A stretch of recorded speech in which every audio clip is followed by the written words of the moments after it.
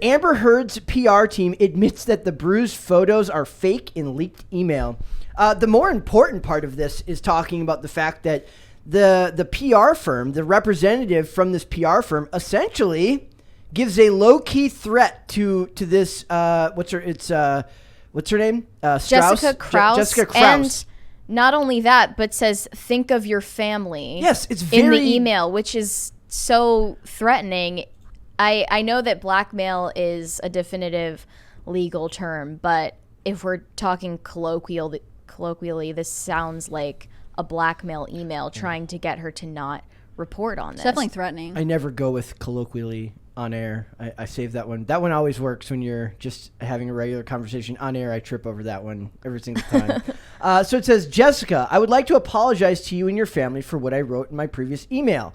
That looked like a threatening email to you and your family. That was a dumb intention. I am not going to engage in this anymore. I'm only reading that first because it becomes very hard through reading this, like, to understand how this email was phrased, but we're going to get into it. Yeah, this person, whoever wrote this, is functionally illiterate. Yes. Because, wow, like, I could barely understand what she was saying. So it says, I owe you an explanation about what is actually happening, the leaked email began. The truth is, the insider revealed, they didn't need to put that there, is that Amber is guilty, but an entire PR firm has been employed to help discredit the verdict against her in the defamation case. The team allegedly intended to, quote, twist the facts involved in the case and tried to discredit Johnny in an attempt to win back favor for Amber. I heard the audios of Amber confessing to assaulting Johnny, and of course, her bruised photos are fake, the source went on to claim. In the initial threatening note, someone warned journalist Jessica Krause against publishing damning articles about Amber. Quote,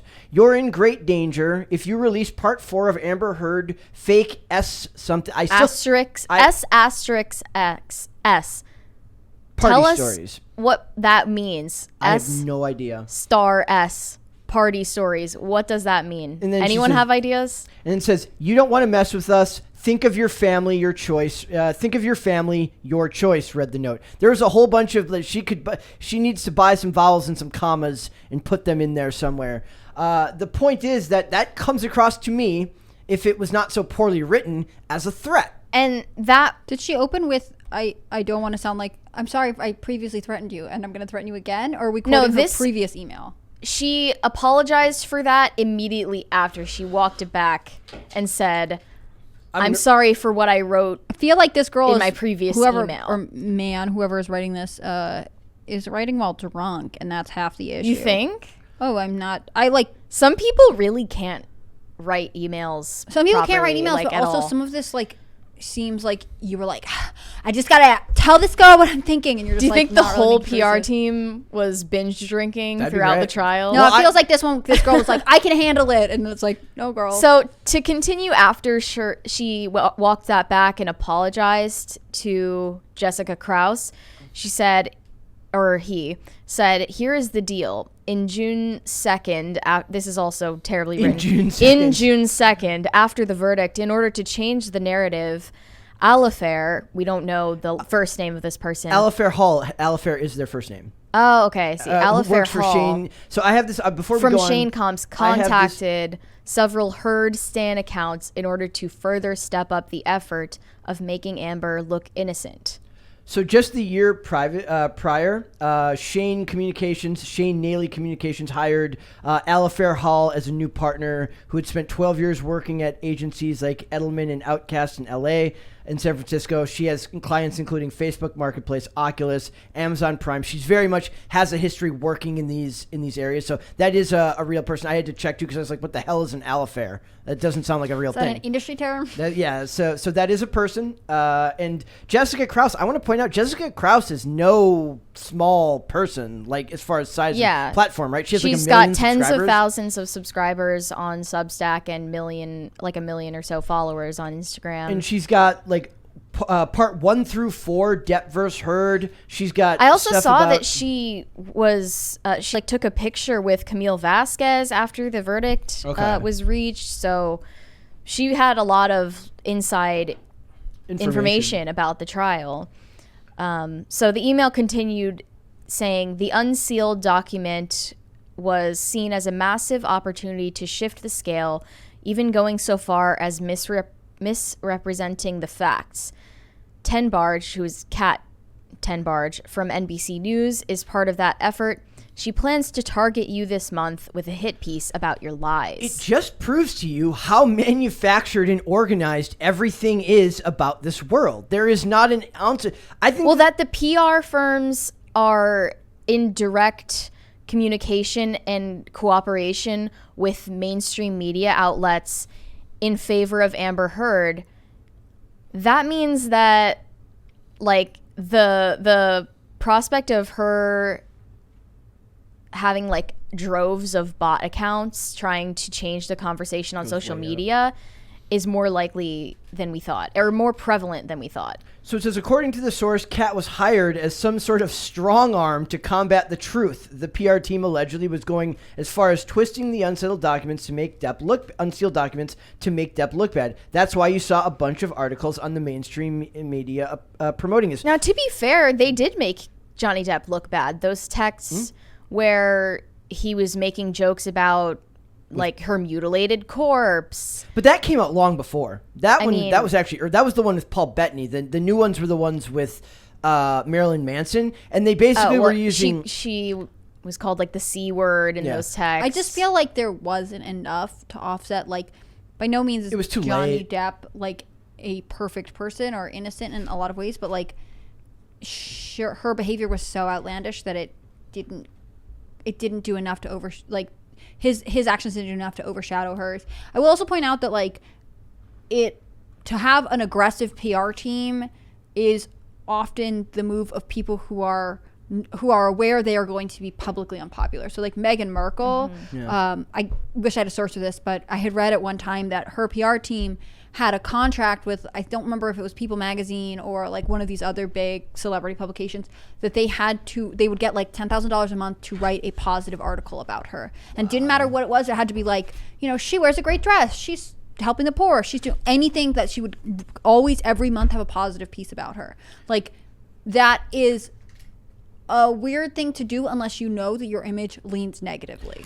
But we have to remember that Amber Heard fired her PR team that she had during the trial in May. This was the new team, and she hired a new team in June. But I assume it's because the first one wasn't aggressive enough. Yeah, but is this an improvement upon the last one? If you're making a public fool out of your client, I think they got in it too late. She waited too long to hire the new PR firm. By that time, the public opinion. But this sounds like it's done in haste and in panic. Yeah.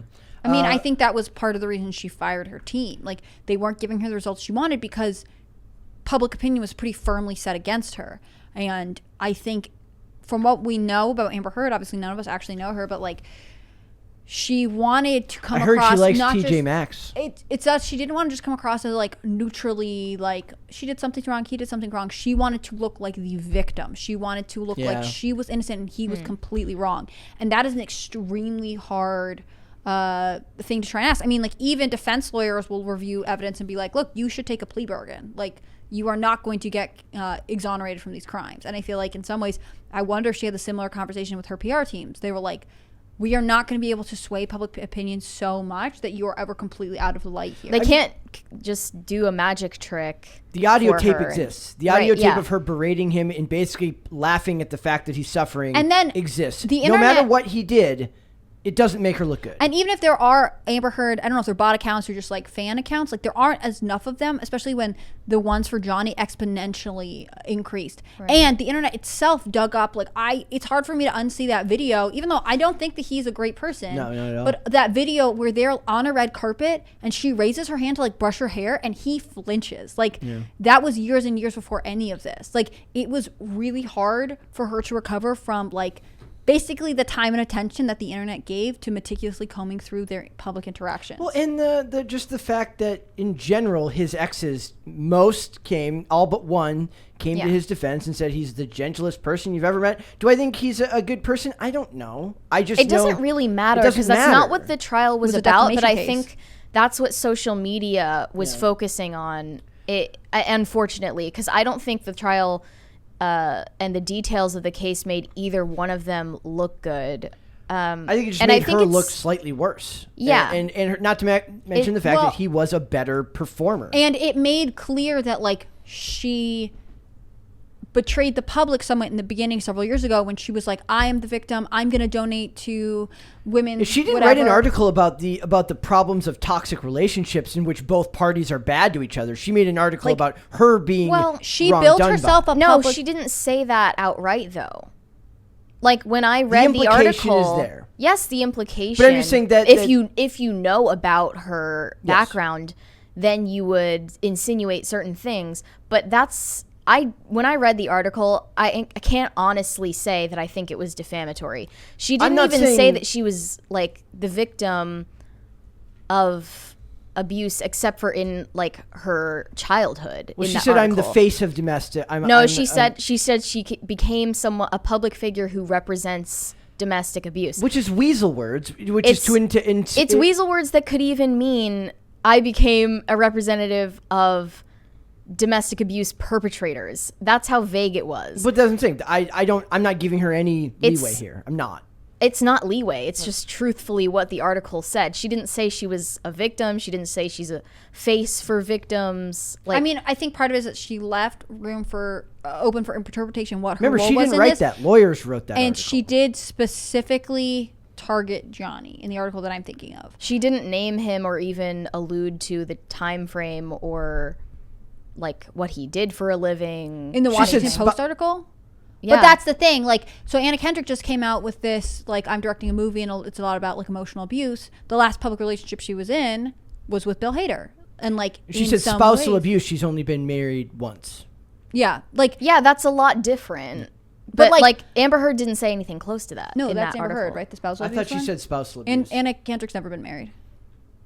Do you mean Anna Kendrick's interview? Or I'm talking about two separate things for a comparison. Washington Post. So Amber Heard is saying, I don't know, I can't remember if she said spousal abuse or not, but that would be a link that, like, while she never named Johnny by name, like, she has ruled out the possibility of it being any other partner. I don't think she said spousal abuse in that article.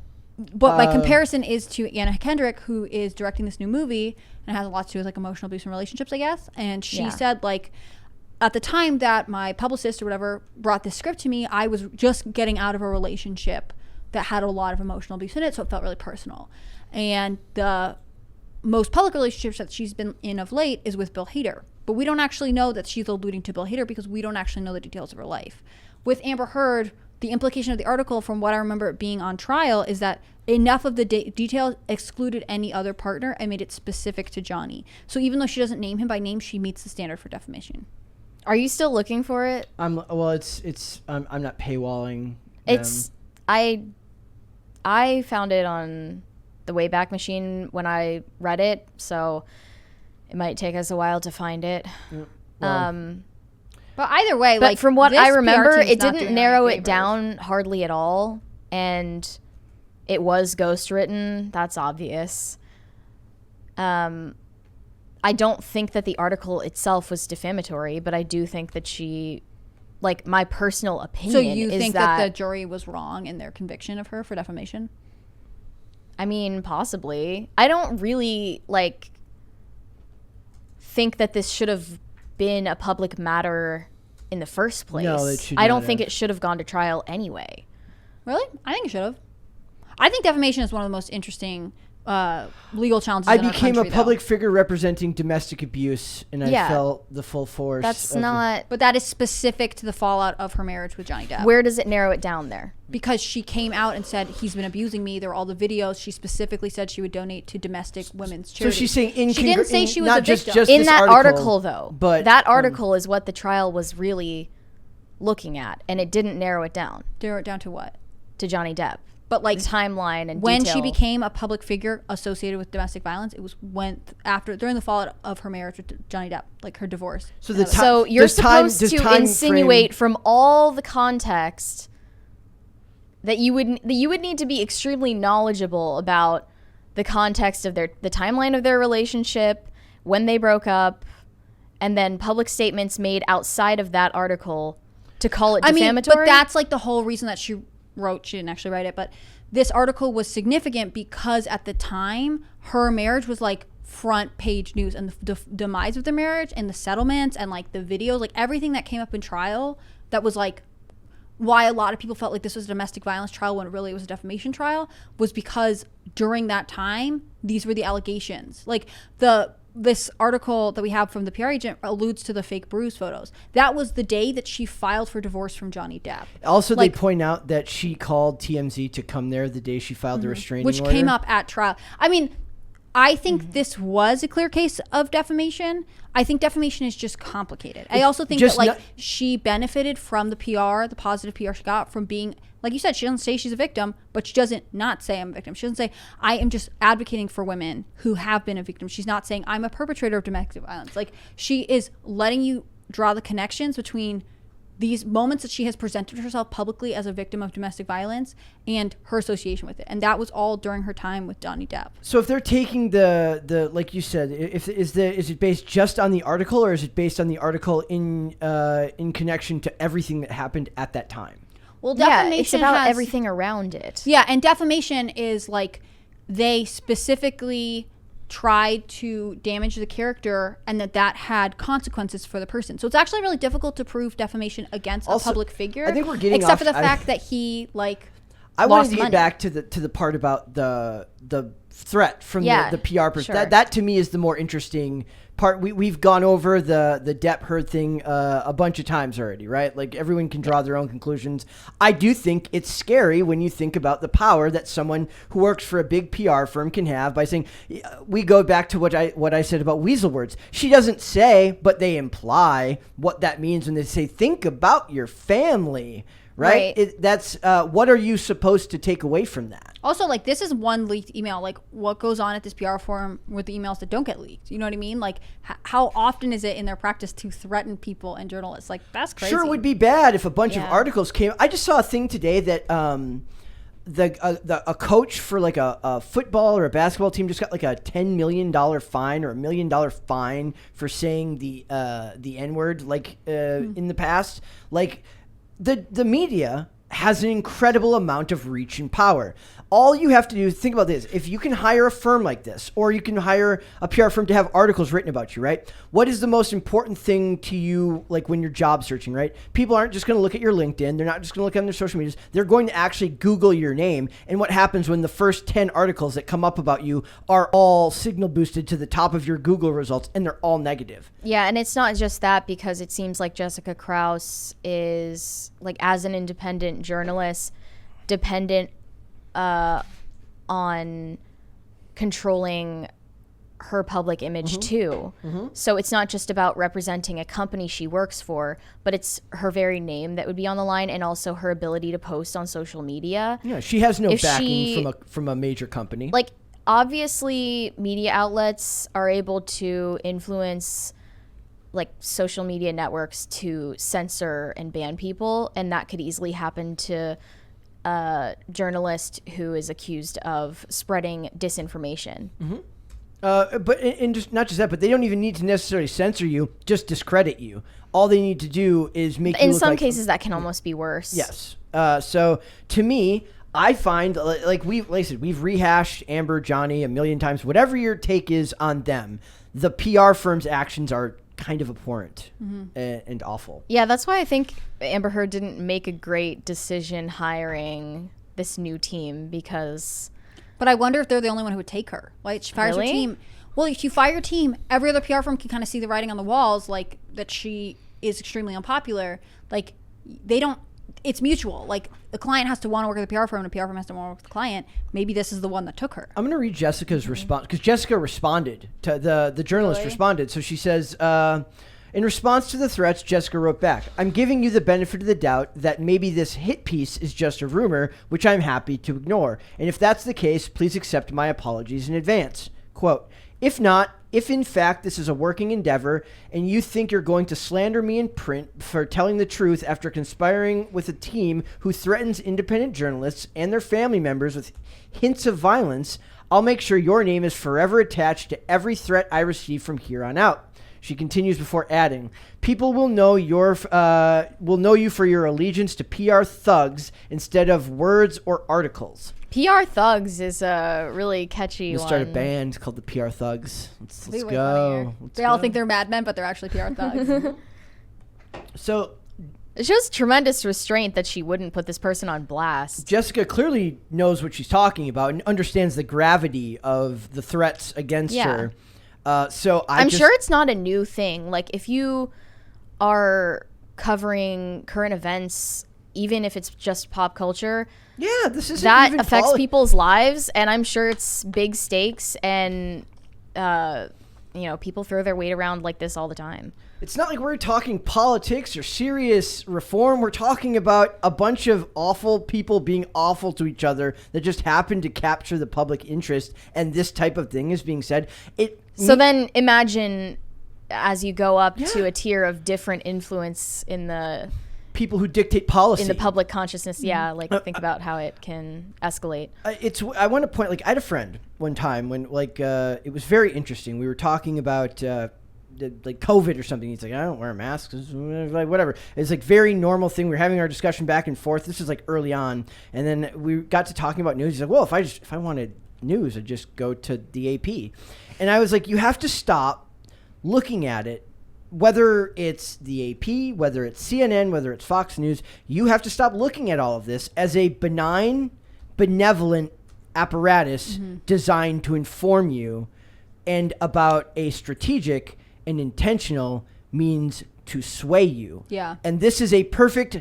I would love if it was apolitical, but it's unfortunately not. It's not considered apolitical. It would be a wonderfully apolitical way of showing you that it goes so much deeper than what you see. It's not just turning on your computer and reading a headline. It's so much more than that. Yeah. It's scary. I think it's similar to how people feel about the White House press secretary. The White House press secretary seems like they should be an open and transparent source who gives you information about the federal government, but actually they are attached to the president as they are a political candidate. So policies that lean towards that party are obviously given preferential treatment in the presentation that they give to the news media. It's not about, actually just being, I would hope that there are some presidential administrations that could be we're going to put bipartisanship and non-political agendas first, but that's just unrealistic. The same way that PR agencies are hired to spin for their clients, that's what the communication branch of the federal government is doing. They are spinning for their client, who is a representation of their party. Yep. Thanks for watching this clip, guys. If you want to see full episodes or follow us on social media, links are in the description below. Bye.